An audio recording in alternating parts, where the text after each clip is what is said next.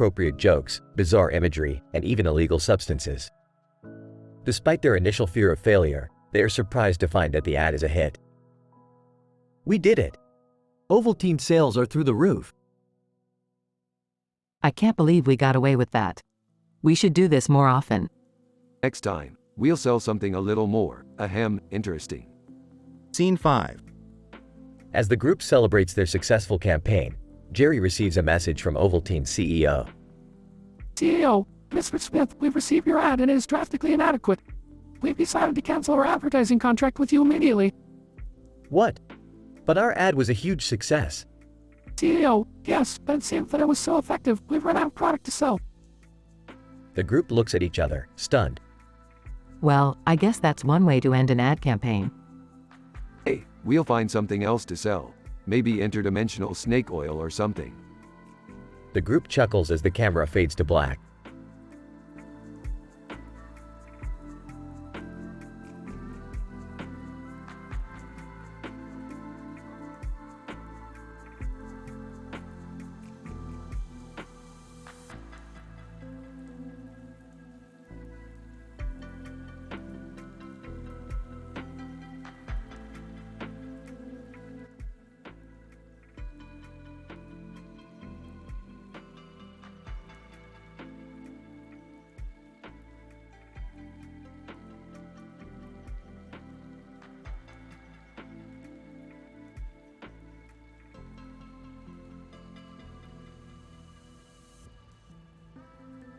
Title: Rockin' with the Insects. Summary: Rick and Morty team up with rock legend Eric Clapton to attend a film festival that showcases insect documentaries.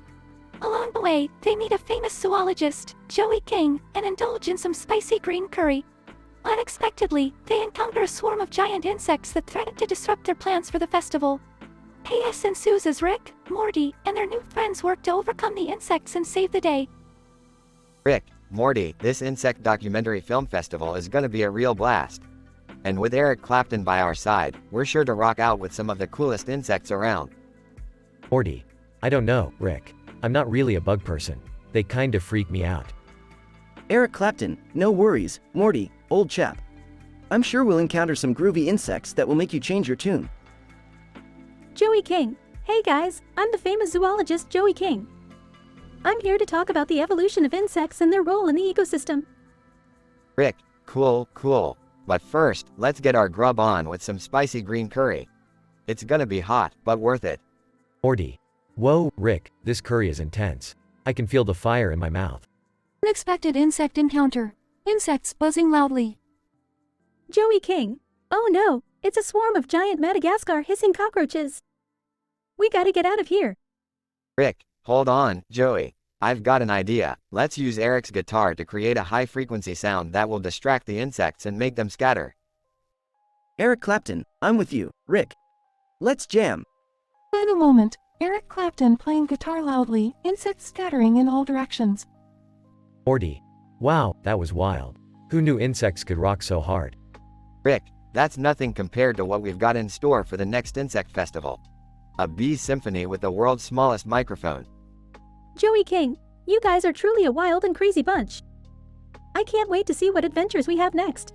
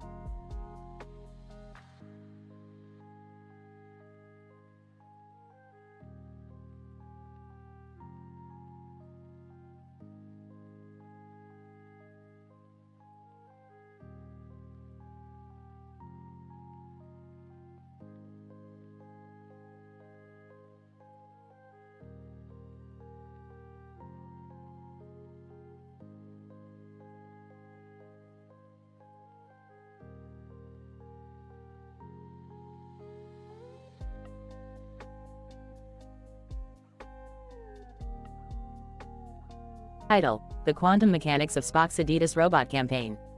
Opening scene. Rick and Morty are in the lab working on a new portal gun when Beth walks in with a green robot. Hey guys, I found this robot at the impound lot. It's been abandoned, and I wanted to give it a new home. Ah, Beth, always the sentimental type. Let me see. Rick examines the robot. This is some high-tech stuff, Beth. It's made of quantum materials. The only thing missing is a killer pair of kicks. What do you mean, Rick? I mean, Morty, we need to give this bot some fly Adidas kicks. It's the only way it will be truly complete. Beth rolls her eyes. You two and your obsession with sneakers. Anyway, I'm off to a Spock campaign rally. He's running for robot president. Oh, I've been waiting for this. Spock is the perfect candidate. He's got the logic and emotional intelligence to lead us to a brighter robotic future. But Rick, what about the other candidates? Morty, please. The only one who matters is Spock. I'll take care of his campaign while you guys work on the robot. Scene cuts to Rick and Spock in a campaign office, surrounded by strange alien creatures. Okay, Spock, listen up. We need to get you some more momentum in the polls. How about we get you in some Adidas kicks? Spock, I fail to see the logical connection between my footwear and my campaign. Trust me, Spock, you want to be the most stylish candidate out there. They put on the Adidas sneakers on Spock's robot feet. Spock, these shoes are quite comfortable. I am impressed. Yeah, I think we just secured the robot vote. Scene cuts to the robot, now fully equipped with Adidas shoes and a "Spock for Robot President" sticker on its chest, walking through a crowded street. Robot, vote for Spock. Vote for Spock. Logical choice for a brighter future. Passerby, hey, nice kicks, robot dude. Meanwhile, back at the lab. So, how's the robot coming along? Well, we finished the quantum mechanics and integrated a new AI system. But Rick had to go and put Adidas shoes on it. Classic Rick. Wait, what's that sticker on its chest? The robot walks into the lab, still campaigning. Robot, vote for Spock. Vote for Spock. Oh, dear. What have you guys done? Rick and Spock walk in. Hey, guys, check out our new campaign star. Well, we certainly made a lot of progress on the robot. But what about Spock's campaign? Spock, our campaign is highly logical and efficient. The addition of Adidas shoes has given me an advantage in the polls. That's right, Morty. We're cruising to victory with our android friend leading the charge. Scene cuts to election night. Spock is giving a speech in front of throngs of robots and alien creatures.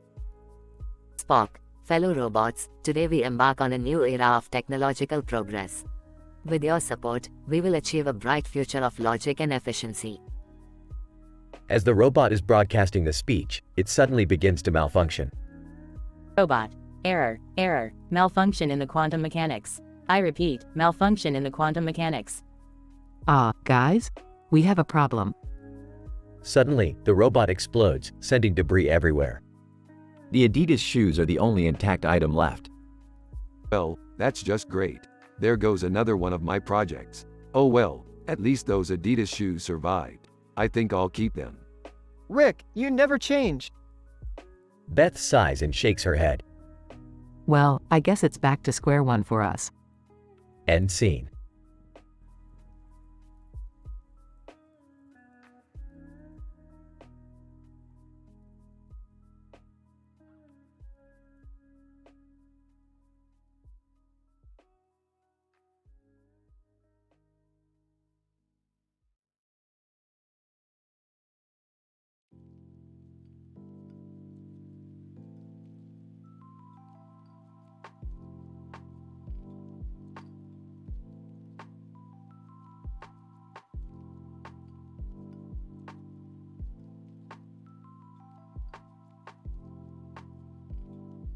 Title, The Sponge Invasion. Synopsis. In this episode, Rick, Morty, Jerry, and Summer find themselves in a strange universe where they are confronted by a cartoon character with a can of soda, a fish, and a spaceship. After a bit of investigation, Rick discovers that the character is in fact Patrick the Sponge, who has absorbed the Mortys from every other universe in order to gain more power. Well, what do we have here? Patrick the Sponge? Looks like we've stumbled onto another one of your schemes. Patrick. Ha, you think you can stop me, Rick? I have the power of all the Mortys in the multiverse. Oh geez, Rick, what are we gonna do? I don't know, but this soda tastes pretty good. Dad, focus. We need to save all of the other Mortys. Alright, Morty, we're going to need a plan. Can you get us to Patrick's universe? Yeah, I think so. But how are we going to stop him? Leave that to me. We'll need to use some highly advanced science to take him down. After some intense scientific experimentation and a few hilarious mishaps, Morty from Patrick's universe ends up being the key to saving the day. With his help, Rick is able to reverse the effects of Patrick's absorption, freeing all of the Mortys from their clone-like state. Morty from Patrick's universe, thanks for all your help, guys. I never thought I'd be the hero of my own story. Don't get too cocky, kid. We still need to get out of here before Patrick comes back for revenge. As they make their escape, the group can't help but crack a few more jokes and puns about their crazy adventure in the Sponge universe. Despite the danger and chaos, they all come out unscathed, ready for their next ridiculous adventure in the multiverse.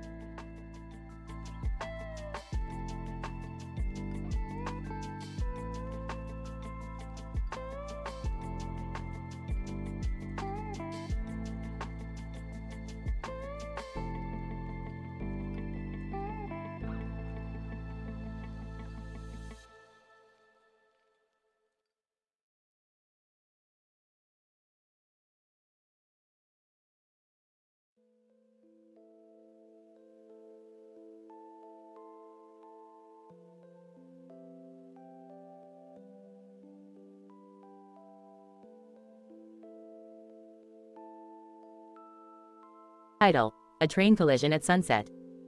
Abstract. The episode follows the events leading up to and after a train collision that occurred at sunset.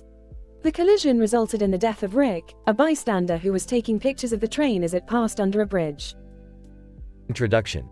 The events of the episode begin with Rick, an amateur photographer, standing on a bridge and taking pictures of a train passing underneath. The train is moving at a constant velocity of 80 kilometers per hour, and Rick is standing approximately 20 meters away from the tracks. It is shortly after dawn, and the sun is just beginning to rise.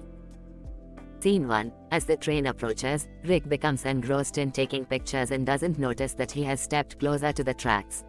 This puts him in the direct path of the oncoming train, which is moving too quickly for him to get out of the way. Wow, this is going to be an amazing shot. Scene 2. The engineer of the train sounds the whistle repeatedly to warn Rick, but he is unaware of the danger. The engineer is unable to stop the train in time, and it collides with Rick. Engineer! Oh no, he's not moving. I couldn't stop the train in time. Scene 3. Emergency responders are called to the scene and they attempt to revive Rick, but it is too late. He is pronounced dead at the scene. Responder. This is a very tragic event. We need to clear the tracks and investigate the cause of the collision. Scene 4. The investigators discover that Rick had stepped onto the tracks without realizing his distance to the train. He had also been wearing noise-canceling headphones, which prevented him from hearing the train's warning whistle. Investigator. It appears that the victim was engrossed in taking pictures and was not aware of his surroundings. He stepped too close to the tracks and was unable to hear the train's warning whistle. Conclusion. The episode highlights the importance of being aware of one's surroundings when in potentially dangerous situations. It also emphasizes the need to heed warning signs and signals, as well as the importance of not wearing headphones or other devices that can impair one's hearing in such situations. Ultimately, the episode serves as a cautionary tale about the dangers of careless behavior around trains and other forms of transportation.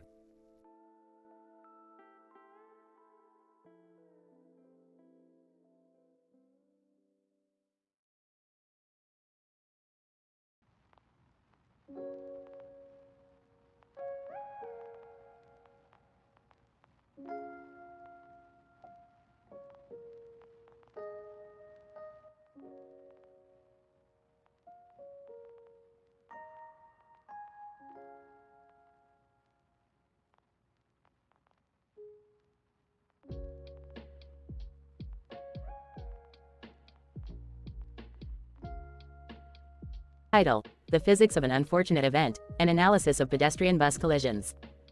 Introduction. In this episode, we investigate the events leading up to and the aftermath of a pedestrian bus collision. The scene takes place at an intersection of two major streets. The pedestrian, Rick, is crossing the street adjacent to a green bus and a building with a red roof. A yellow arrow painted on the road indicates the road's direction. Scene 1. Rick is seen walking across the street, following the designated pedestrian crossing. However, as he approaches the other side of the street, we notice that he fails to look out for any incoming vehicles, particularly the bus approaching him from the right. Scene 2. The bus, traveling at a speed of around 30 miles per hour, is unable to stop in time, leading to a collision with Rick. The impact causes Rick to fly off several feet away before landing on the asphalt. The accident triggers an alarm to call for emergency services, who arrive on the scene within a few minutes. Scene 3. Paramedics assess Rick's injuries, noting that he has suffered several fractures on his ribs and right arm and several bruises on his face and leg. He is immediately rushed to the hospital, where he is admitted for further treatment, including surgery. Discussion. Based on our analysis, we deduce that the main cause of the accident was Rick's failure to look out for oncoming vehicles when crossing the street. As pedestrians, it is crucial to obey traffic rules and be mindful of our surroundings when crossing roads. Moreover, the bus also contributed to the accident due to its speed and failure to stop in time. The accident's severity was compounded by the speed at which the bus was traveling and the lack of protective gear that Rick had on, such as a helmet. Conclusion. In conclusion, this episode highlights the importance of road safety and the need to follow traffic regulations when using the streets. It also underscores the critical role that emergency responders play in managing accidents and saving lives. Finally, it emphasizes the need for pedestrians to wear protective gear, especially when crossing busy roads.